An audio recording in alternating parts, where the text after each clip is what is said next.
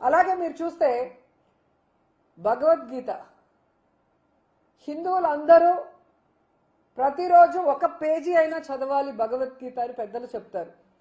ఆ భగవద్గీతలో ఉన్న సారాంశాన్ని తెలుసుకొని ఆ విధంగా తమ జీవితంలో ఉన్నతమైన విలువలతో నడుచుకోవాలి అని పెద్దలు చెప్తారు.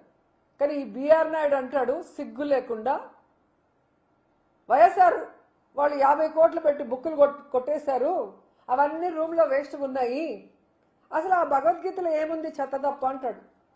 ఆ మూతి మీద 4 పటపట వేయాలనిపించింది నాకు.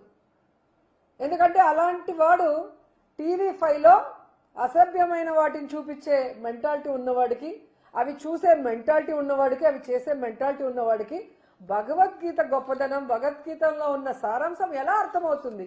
అందుకే దాంట్లో ఏమి లేదు చెత్త అంటున్నాడు. దీని మీద ఖచ్చితంగా హిందువులందరూ కూడా తిరగబడాలి. ముఖ్యంగా బీజేపీ వాళ్ళు, ధార్మిక సంస్థల వాళ్ళు, సంఘాల వాళ్ళు, అలాగే హిందూ సంఘాలు కూడా ఈ బిఆర్ నాయుడు మాట్లాడే మాటలకి స్పందించాలి, బుద్ధి చెప్పాలని కూడా నేను కోరుకుంటున్నాను.